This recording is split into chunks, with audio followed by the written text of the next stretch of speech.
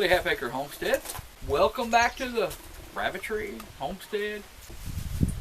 This old shack we like to call home. Thank y'all for stopping by. We've had some viewers either in comments and on messages, Facebook page, what have you, ask us some questions. We wanted to try to get some videos made and address some of these questions.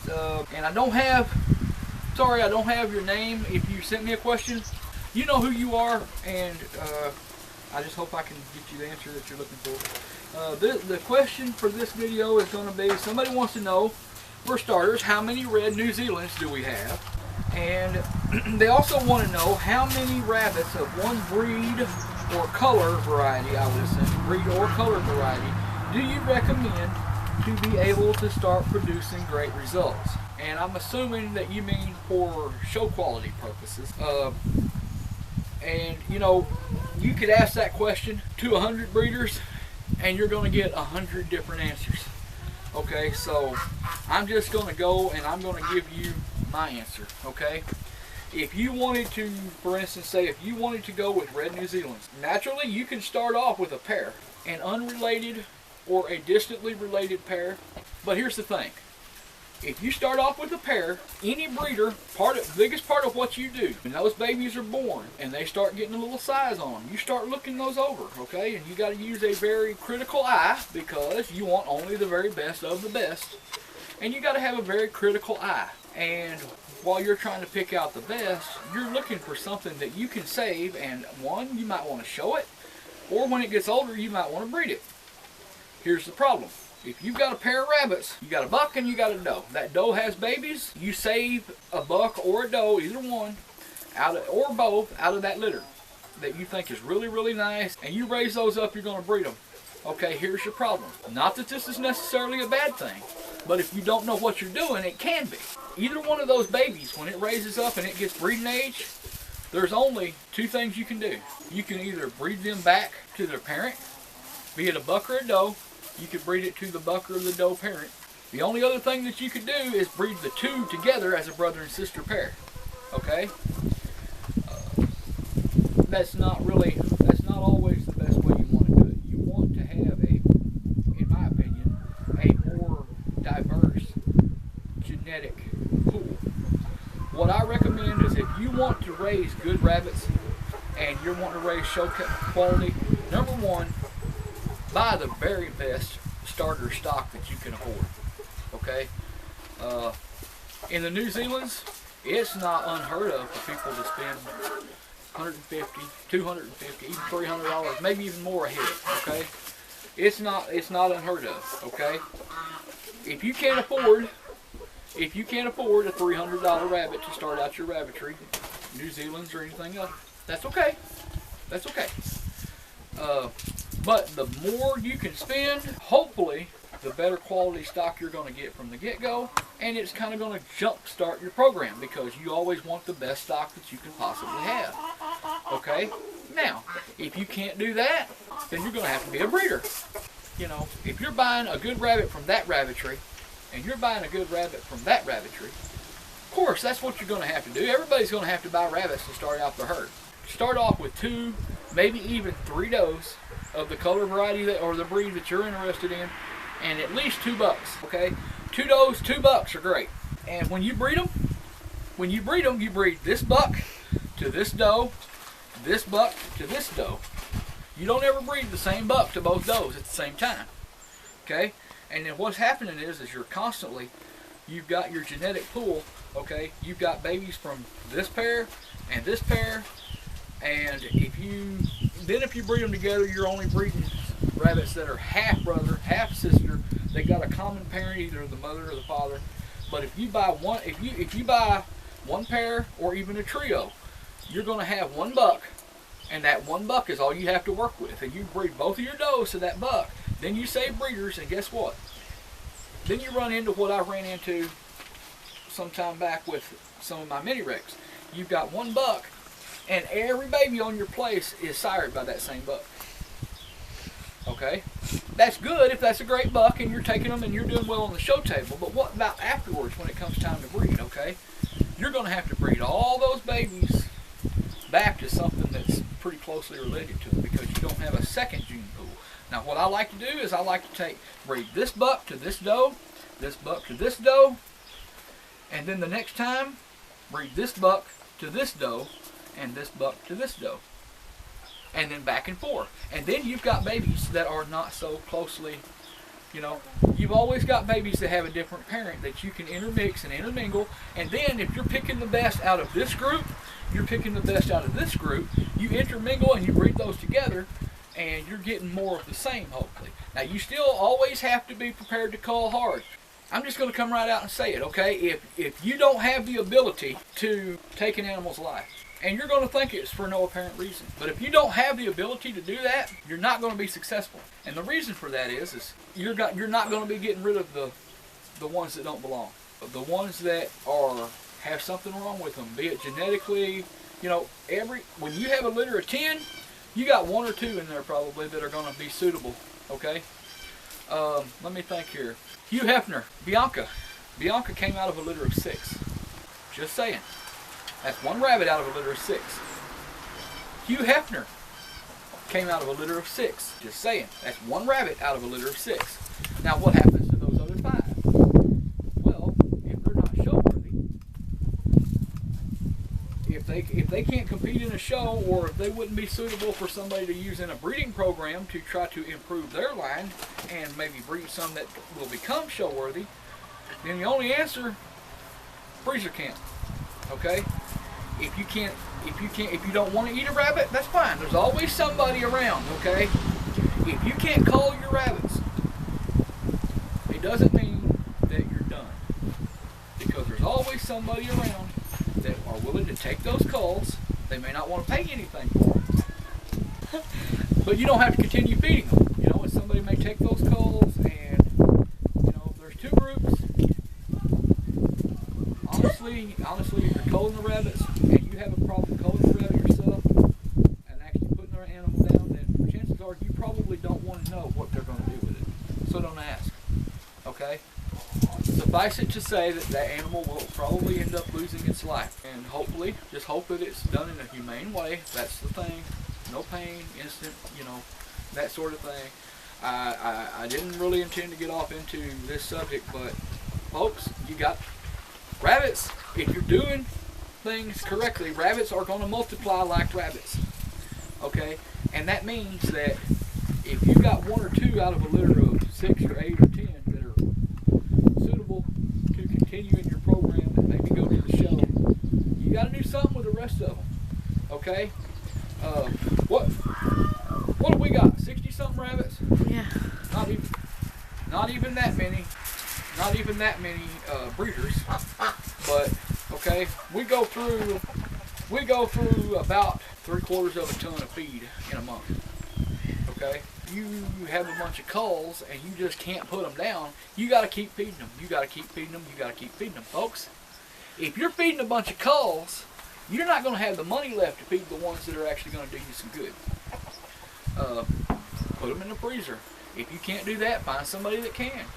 Sell them a few dollars a head to somebody. There are cull buyers out there, people that will buy them just for that purpose. Okay, not only are they they're cull buyers, but there's people who actually like to buy the animals for.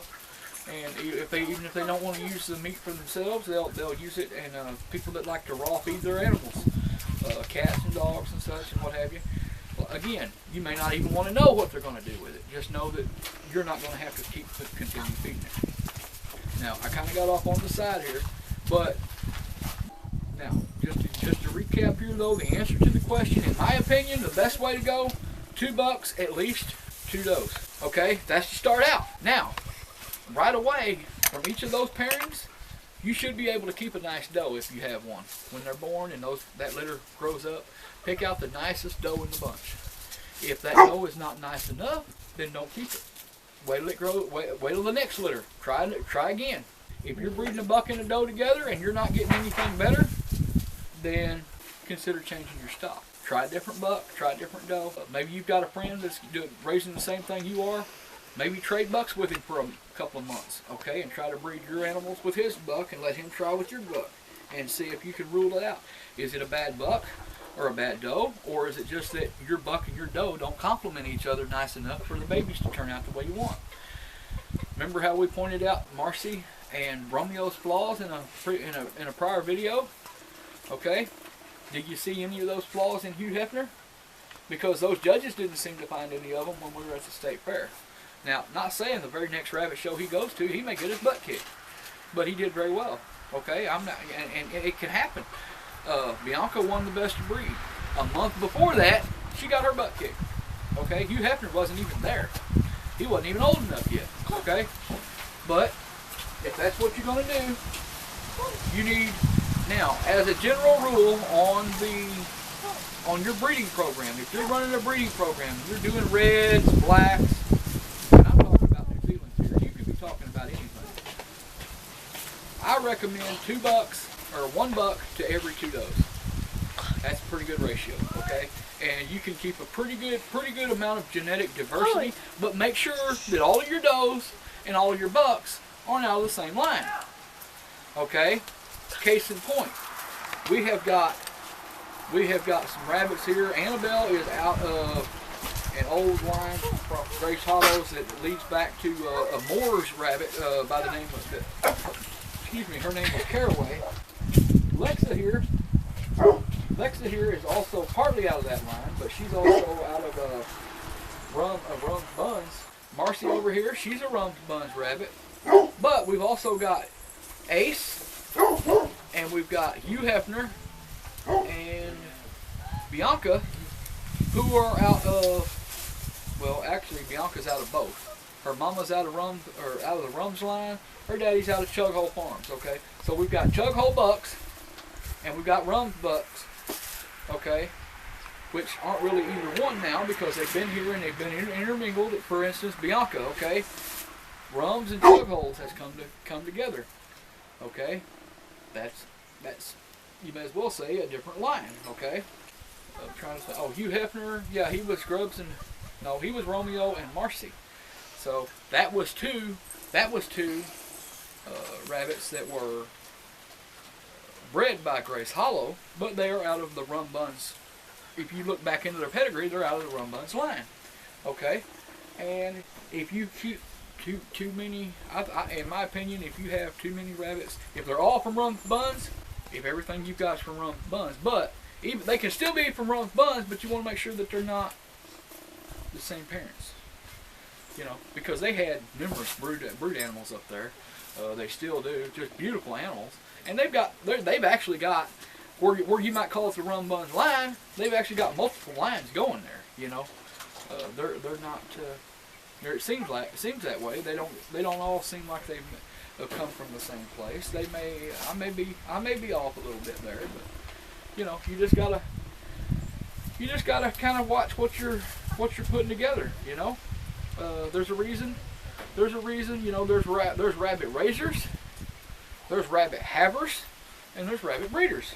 What's the difference? Well, you know, somebody goes out and buys a couple of rabbits, puts them together in a cage in the backyard. They're rabbit havers. Okay, you know, that's what they do. They're raising them for meat, or they're going to turn around and sell them, try to let somebody make pets out of them, or whatever reason they're raising them for. They're rabbit havers. Okay. You're just going to have to, a breeder's a little more into it, I guess. You know, is a little more deep into it, a lot more serious about it, and I don't know if I'm even making sense to anybody here, but it's just, you know, you can't just go buy a couple of rabbits from somebody, okay, and just throw them together in a cage, okay? That becomes even more apparent to us every single day. We're figuring out that it's not just a matter of putting 2 rabbits in a cage and letting them produce youngsters. It's a matter of putting the right 2 rabbits together in a cage. Okay? That's where the breeder comes in. Sometimes it's just a guess. Other times you can look at the front end of this rabbit and the back end of that rabbit, and just like we've done in a video before. And sometimes, look at Hugh Hefner over there. Sometimes you'll hit pay dirt.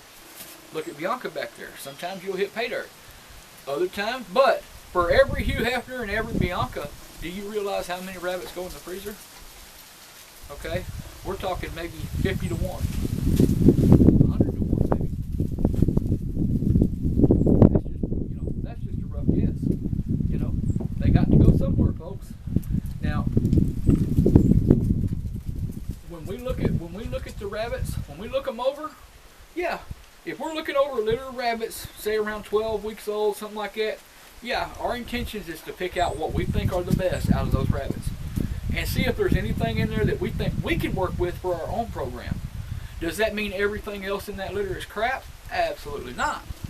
It just means I'm the breeder, those rabbits are mine, and I get to pick from them before anybody else. Okay? When you raise your rabbits, you get to do the same thing. Okay? No, that doesn't mean you're getting somebody else's calls. Calls go into the freezer if you're dealing with a reputable breeder. Okay?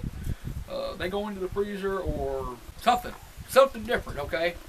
But if you're breeding for a quality and you're trying to have a quality breeding program, well, you've got to be very selective, to say the least. Very selective.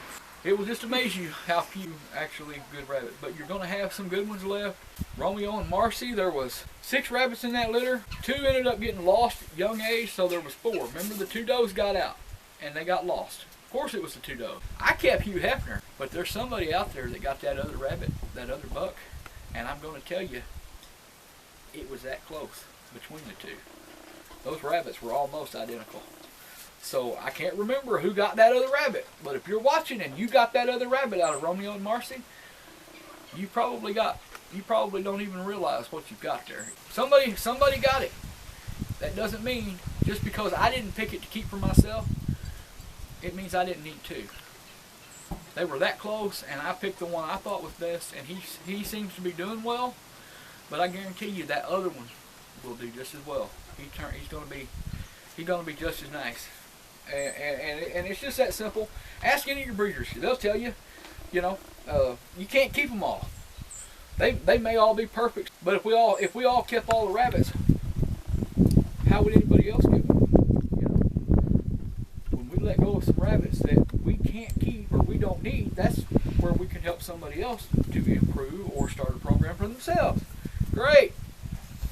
So I don't know. I've kind of danced around the point, through the point, on top of the point, and I don't think I turned around and kicked the point right on the nose, maybe. But two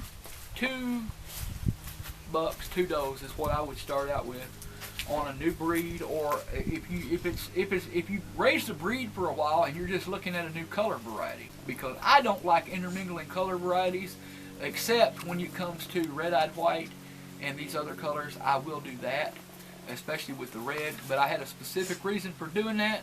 Mustang Sally gave up on her. She is gone now, and that's not going to happen. That's just not going to happen. We still got Winter. We may try him later on with some of these red does. But right now we're looking for something to go to the shows in the spring. Not just for us, but we have other people who are looking for stuff to go to the shows in the spring, and we want to try to provide not only for ourselves, but hopefully for some other. Healthy competition is what makes these breeds improve so well. And, don't think for a second I want to go to a show where there's only 5 or 6 rabbits there. I guarantee you, we were tickled to death. We beat Bianca and Hugh Hefner when they won their best of breeds at the Arkansas State Fair Rabbit Show. We got our show reports in, and they beat 14 different rabbits to win. But don't think I wouldn't have been twice as happy had they each beat 30 other rabbits or 40 other rabbits. If the best of variety, the red variety, I think, was 6 rabbits. 6 rabbits in the red variety at the Arkansas State Fair. Yeah, we got best of variety. You think that best of variety wouldn't have been even sweeter had she beat 18 other rabbits rather than 5 other rabbits? Yeah, because the more you beat, the better, it just means the more competitive you are, the more you're going in the right direction. We want to get it right. We're learning, we're having a good time, just enjoying the heck out of it. We hope you will too, and if you've got any questions about stuff like this, you know, sometimes I get off the subject, ramble a little bit, but if you sort through the rubbish, we can kind of we'll kind of get you the answers that you're looking for. But folks, I guess we're going to cut the video off. I hope we've answered, you know, like I said, within reason. As for the person, I think also wanted to know how many rabbits we have. I don't know if that was just New Zealand's. He said, how many New Zealand Reds do you have? How many New Zealand Reds? At the current time, we have 6. Excuse me. We have 6 New Zealand Red brood does. 3 of those with litters. 2 of those are expecting. Wait a minute. Something ain't adding up here. 1, 2. 2 of those with litters. 2 are expecting tomorrow to kindle tomorrow, and 2 others are expecting to kindle in a couple of weeks. How many bucks? Red bucks. Red bucks. We have. Oh, and we also have 1 young broken red. I don't know. They just said reds, but we also have 1 young broken red. We're hoping to add to that later. We've also got a broken red buck. So right now we've got 1 broken doe, 1 broken buck. But we've got Ace, Hugh Hefner, and Sorrel.